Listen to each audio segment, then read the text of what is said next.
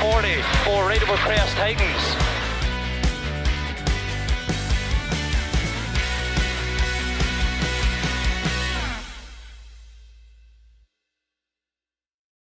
With the unfortunate cancellation of the Malcolm Wilson Rally, the Rallynuts stages would become round 2 of the Btrda Rally Championship, a new event on the Btrda calendar this season, but using some familiar stages as far as the crews were concerned.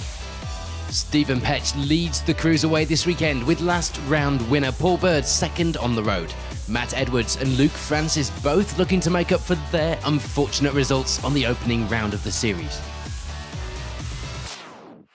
Onto the opening stages of the day then, and it would be an ideal start for Matt Edwards and Darren Garrett. They needed to get their championship back on track after ripping a wheel off at the first round, and clearly there was no questioning the pace in that Fiesta R5, taking 23 seconds of a lead by the end of the 4th stage of the day.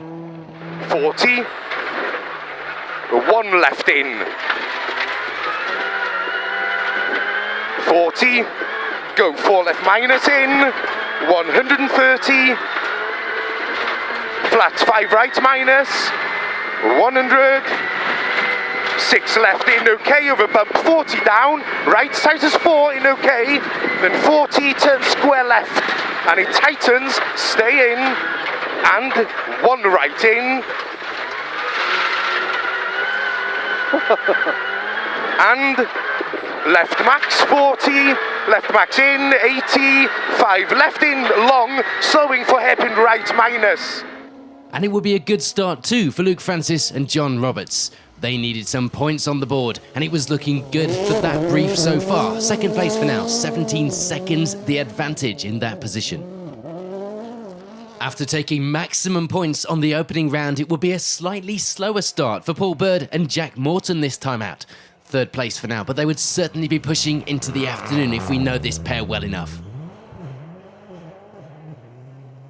Hugh Hunter and Rob Fagg, another pair we know pretty well. They were trying hard all morning, as was characteristic of them. They end this half of the day just outside our podium places with 4th place. A good start to the rally and only 9 seconds off that podium. It's early frustration for Stephen Petch and Michael Wilkinson. A wrong tyre choice meaning that they don't get the start that they'd have wanted. 5th place at the midway point in the day, 10 seconds back from Hunter. They had almost a minute to the lead, so victory was looking in doubt this weekend, and they had it all to do. Julian Reynolds and Patrick Walsh, meanwhile, make another good start on their second outing in the R5 Fiesta. 2 seconds back from Petch at this stage and 6th on the overall leaderboard. Our 2016 Btrda champions, Charlie Payne and Carl Williamson, would be a little way off the lead, but they were back, and that's the main thing. A few seconds back from Reynolds up ahead as well, 24 seconds to be exact. They end the morning with 7th place overall. Dylan Davies and Cleon Williams make a good start to the rally, leading the way in the B13 class at this stage from 8th place on the overall leaderboard. And they will be just 4 seconds back on the results to Martin and Dawn England, the pair going well to stay inside the top 10 by the midpoint of the rally. Rounding out the top 10 now would be the iconic Escort Cosworth of Ian Joel and Graham Wood. Some spectacular driving, giving some entertainment on the stages, as well as putting in some times to match. In the classes outside the top 10, it will be the lead in the NR4 battle for Russ Thompson and Andy Murphy. They open up half a minute of a lead in that class, something we don't usually see in this competitive category. And chasing them down on the results will be this man, Tom Norton, with Will Rogers alongside, second in the class, just behind on the overall times as well. And for Dan Moss and Sam Allen, the gap would be a little bigger. They end the morning with 3rd place in the class, a few places back in 14th overall. And rounding out the top of the classes in the Gold Star would be Lee Burgess and Gareth Price, the pair lying 3rd in the B13 class. There was some attrition early on. We lose Matthew Hurst and Declan Deere early in the rally. They roll down a steep bank in the opening stage of the day. Thankfully, both crew okay, but that couldn't be said for the car. So we are midway through the day then. It's a North Wales dominated leaderboard, but would that change through the afternoon stages? Let's see. On to those afternoon stages then here at the Rallynuts stages, and there'd be no change in the B13 result for Lee Burgess and Gareth Price. Third place in the class would be theirs at the finish. And there'd be no change in the NR4 class either. Dan Moss and Sam Allen continuing to hold on to third place in the class, 13th place overall as well. For Tom Norton and Will Rogers, it would be second. A welcomed result given the retirement at the opening round in Llandudno. They get themselves some much needed points on the board though. Frustratingly for this man, Ian Joel, Graham Wood alongside, it was also a place lost overall, ending the rally with 11th place, but they do manage to keep hold of second in the B13 class. Russ Thompson and Andy Murphy move up to round out the top 10 in the second half of the day. And of course, they keep hold of their lead in the NR4 class to take maximum points this weekend. And it would be a class win too for Dylan Davies and Cleon Williams. They take the B13 class this weekend as well as 9th on the overall leaderboard. Martin and Dawn England keep up the pace in the afternoon to take 8th place overall. A good result for the pair this weekend. Previous champions Charlie Payne and Carl Williamson aren't able to make any more positions up on the results here at round 2 though. They don't lose any either though, which could be crucial for that championship campaign, ending the rally with that 7th place overall. It will be another good result though for Julian Reynolds and Patrick Walsh. They end the rally with 6th place overall, putting them 4th in the championship standings after this rally. Brake and hairpin right. Into. Short, hairpin left. Into. 6 left, 80. Brake, right into crest and tight, 6 left late. Into. 4 right, 100. Crest into, tight 3 left long. Brake, into, turn square left. Square right, brake and 6 left bumpy, 80, 1 left request, 100. There's no change for Stephen Petch and Michael Wilkinson through the final stages either. They settle for that 5th place, and with times so close, their earlier tyre choice could have been the difference in that and a podium position. For Hugh Hunter and Rob Fagg, it will be 4th to end the rally this weekend. A good result that secures them 3rd in the championship points tally. Paul Bird and Jack Morton were unable to take the maximum points again here at round 2. They do, though, finish with a podium place in 3rd, keeping them 4 points ahead on the championship points going into the next round. Our top 2 places would all be about proving a point. Luke Francis and John Roberts completing the rally without incident, taking 2nd place on only their 2nd competitive outing in the WRC Fiesta. A great result for the pair and some much needed points. And the same could be said for Matt Edwards and Darren Garrett, putting right the non-score on the opening round to take maximum points here.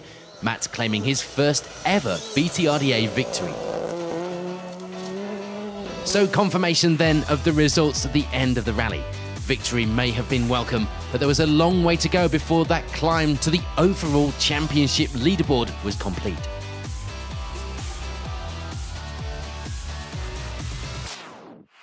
The Silver Star category would once again be well contested here in the BTRDA, and over the morning stages it would be the lead for Owen McMacken and Lee Taylor, leading the way in the category and the B12 class. The lead would be a small one, just 6 seconds after 4 stages, with Rob Dennis and Andrew Boswell taking that 2nd place for now, themselves leading the way in the B11 class. It would be a good start to the event for George Lepley and Tom Woodburn, first in the B10 class, and of course, taking the lead once again in that R2 Cup on the final step of the category podium.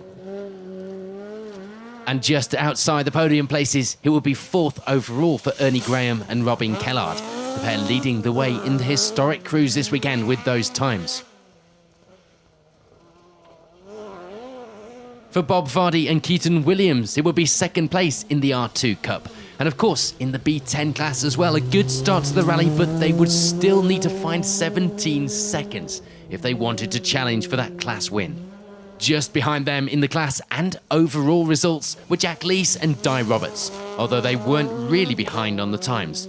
The pair dead level on the overall times with Vardy, losing out at this stage based on a stage 1 time. Actually, things were close right through the results this weekend, with Alan McDowell and Gavin Hesseltine lying just 3 seconds back overall in 7th, second place in the B12 class as well. And they'd be followed by Steve Hopewell and Clive Jones, themselves only 2 seconds back from McDowell and lying second in the B11 class. Third in that class would be Andy Davison and Tom Murphy, pushing hard out there on the stages and clearly trying. They lie inside the top 10 as well with 9th. And rounding out that top 10 were Nick Dobson and Steve Pugh. They were just a single second back from Davison in both the class and overall results. In some of the classes outside the top 10, it will be second in the H3 class for Steve Ward and Mike Crawford, lying in 12th place overall. And just behind them in 13th were Jonathan Brace and Tim Samuel, third place in the H3 class, 5 seconds back from Ward up ahead. For Colin Griffiths and Tom Bishop, it will be third in the B12 class. The pair had been pushing well all morning to take 14th place overall. And in the N3 class, it will be Zach Hughes and Tom Wood leading the way. They'd actually be an identical overall time to Griffiths in the BMW, but they had a small lead in their class. That lead would be 15 seconds. It wasn't exactly comfortable, but it was a good one over second place James Giddings and Sean Cunniff going into the afternoon stages of the event.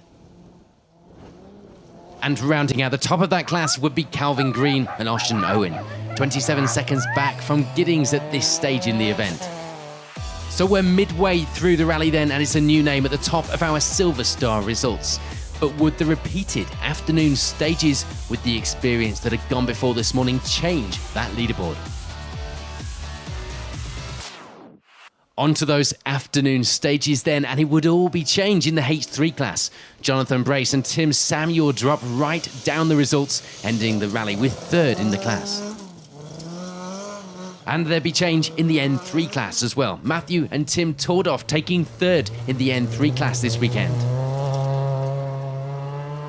That change in the H3 class, though, would mean second for Jeremy Wells and Martin Saunders. They take that class result as well as 21st overall. Calvin Green and Ocean Owen managed to jump up to second in the N3 class this weekend, gaining that place with the loss of Zach Hughes from the lead of the class in stage 5. And that, of course, meant a jump up a position for James Giddings and Sean Cunniff too, taking the N3 class win this weekend with a 58-second lead. Opens. 60. 6 left into 5 right in. 40, 2 right in. Into 1 left past junction. 2 right in, then 1 left past junction. You can see it. Into a 1 right don't. Carry speed, carry speed, carry speed, carry speed. 1 right don't, and flat. 4 left in and flat, 5 right in. 60. 5 left for Colin Griffiths and Tom Bishop, it will be third in the B12 class. No change for the pair in the afternoon stages. They end the rally with 12th on the leaderboard. Steve Hopewell and Clive Jones round out the top 10 at the end of the event. Sadly, they do drop down the class and overall results, but still a good, strong finish for the pair. But that means for Nick Dobson and Steve Pugh, it will be a podium in the B11 class this weekend. They happily take that position, as well as 9th overall in the category. Continuing with that class is Andy Davison and Tom Murphy in second, staying ahead of Dobson and themselves gaining a place in the class with the drop down the results for Hopewell. There's no change in the lead of the H3 class though. Ernie Graham and Robin Kellard maintaining that position going into the second half of the day, although they do lose a few places overall to end the rally with 7th. Bob Vardy and Keaton Williams will be another to lose a place on the overall leaderboard, ending the rally with 6th place and taking 3rd in the R2 Cup in the process. Meanwhile, it's 2nd in the class for Jack Lees and Di Roberts. A good end to the event for the pair as they take 5th in the Silver Star 2. Alan McDowell and Gavin Hesseltine gained some time through the afternoon stages, moving up to take 4th place overall, their 2nd place in the B12 class remaining unchanged. And it would be another great end to a rally for George Lepley and Tom Woodburn. The R2 Cup victory was theirs, and the pair also take the 3rd step on the Silver Star podium this weekend. Frustratingly for Owen McMacken and Lee Taylor, it will be a drop from the lead, settling for 2nd place this weekend and missing out on victory by just 9 seconds. So all that means it's victory for this man Rob Dennis, Andrew Boswell alongside. A great end to the rally for the pair, securing them the lead in the Silver Star standings as well after round 2.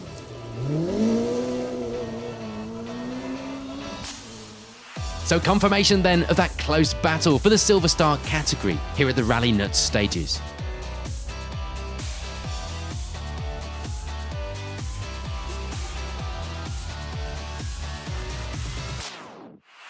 The 1400 category on the Rallynuts stages would take an early shake-up. Rally leaders Chris Powell and Jim Lewis sadly only making it as far as stage 4 before having to call it a day. So this drama would leave Dave and Toby Brick to take the lead in the event going into the afternoon, and it would be a big one as well, over 2.5 minutes by the end of stage 4. So although not looking likely to challenge for victory as you might expect, the best of the rest at this stage were Kieran Darrington and Simon Jones. They hadn't been out much in recent years, but the pace still seemed to be good enough for the top of the results. For Perry Gardner and Steve Link, it would be 3rd. They were just 18 seconds back from Darrington. It may be possible to change that in the afternoon, but for now, it was looking like a tough fight. Just outside our podium positions would be Stuart Spire and Peter Williams. In fact, lying on exactly the same overall time as Gardner at this stage, so it was all to play for in the afternoon. Just behind them were Richard Cole and Matthew Nicholas, 5th place in the category and 16 seconds back from Spire on the overall times. For Chris Bush and Robert Smith, it would be 6th. They were a little further back on the times, 30 seconds of a gap separating them from Cole. Pete Gorst and Phil King almost didn't make the start of the rally, something breaking on the car on the way to scrutineering. Thankfully, a willing Dave Brick came to the rescue with a spare part to loan, and the pair were able to end the morning with 7th place on the leaderboard. Sadly, that will be short-lived, a separate mechanical issue forcing them to retire after 4 stages. The seemingly cursed stage 4, no problem for Alex Holliday and Jane Wright. It will be 8th place, rounding out the 1400 category at the midpoint in the rally. Frustratingly, as far as the fight and the spectacle was concerned, we'd lose Tommy Meadows and Shannon Turnbull. They suffer with a fire through the opening stage of the rally. In Rally First, it will be the lead in the category for Andrew Wheatley and Ian Nichols. The battle at the top was close, and there will be no backing off for the Puma pair through the afternoon stages. That battle would be with this man, Bart Lang, Sinclair Young alongside. Last year's Btrda Rally First champions back to defend the title and putting in some good times in order to do so through the morning stages of round 2. The gap to 3rd would be a little bigger. Mark Cox and Paul Gallagher not quite able to keep up with that fight up ahead, taking the final step on the podium, but almost 2 minutes back from the leading pair. They would, however, only have 30 seconds of an advantage over 4th place Owen McConaughey and Rodri Williams, the micro pair putting in some good times themselves through the morning stages. For Guy Butler and Calvin Holdsworth, it will be the lead in the Rally First 2-litre category. New for this season, the increased capacity cars seemed to be proving popular, with 3 out this weekend, 2 of them from Rally Me. And it will be Matt Badley and Paul Barbett in that 2nd car. They were having a close battle with Butler, only 14 seconds back, but a few issues with the power steering and the gears were holding back the times. Rounding out the Rally First category would be Wesley Guilford and Ryan Griffiths, third of the Rally First 2-litre class runners this weekend as well in that Fiesta. So we're midway through the event and already the results changing as the morning goes on. That close battle for Rally First could go either way through the afternoon stages. And onto those stages, there will be no change for Wesley Guilford and Ryan Griffiths. They take that third place in the Rally First 2-litre class in the Fiesta. Sadly for Guy Butler and Calvin Holdsworth at least, there will be a drop down the leaderboard, taking second in the class at the finish, just 15 seconds off class victory. Which of course means that it's the class win for Matt Baddeley and Paul Barbett. Problems didn't hold them back too much, and it kept the mechanics busy at least, meaning it's a team effort taking the class win as well as 5th overall. Over the afternoon stages, there wouldn't be any change in the top of the Rally First results. Owen McConaughey and Rodri Williams maintaining that 4th place to the end of the event. And there'd be no change to that final step on the podium either. Mark Cox and Paul Gallagher taking 3rd in the category by the finish. For Bart Lang and Sinclair Young, there would be nothing they could do to get that top spot this time out, settling for 2nd place with a gap of just 14 seconds to the category winners. And of course, those winners would be Andrew Wheatley and Ian Nichols, the Puma crew holding on to that lead and extending it slightly to take maximum points away from round 2. In the 1400 category, there would be no change for Alex Holliday and Jane Wright, rounding out the results in 7th place overall. No change either for Chris Bush and Robert Smith. They take 6th at the end of the event with a good advantage over Holliday. Sadly for Perry Gardner and Steve Link, it would be a further drop down the results, ending the rally with 5th place after losing their podium place on the afternoon stages. This, of course, meaning a place gained overall for Richard Cole and Matthew Nicholas, 4th place to end the rally for the pair. And benefiting from those problems up ahead as well will be Stuart Spire and Peter Williams. They step up to take the final step on the podium, though with those identical times after the morning stages, it could have been a podium place anyway. And there'd be no change for Kieran Darrington and Simon Jones either. They remain in 2nd place. That victory certainly wasn't looking likely on stage times, but they do maintain a good advantage in that 2nd place. And of course, that means it's victory for Dave and Toby Brick, out this time in a new car, but that didn't seem to faze them one bit, taking the victory as well as helping fellow competitors with a 3.5-minute lead by the finish. So confirmation then of the overall results in the 1400 and Rally First categories this weekend. Next up, the crews head to Mid-Wales for the Plains Rally on the 12th of May. As always, we'll be there to bring you all of the action. And in the meantime, you can catch up with all of the action so far from the Rallynuts stages on our social media. Thank you for watching Special Stage.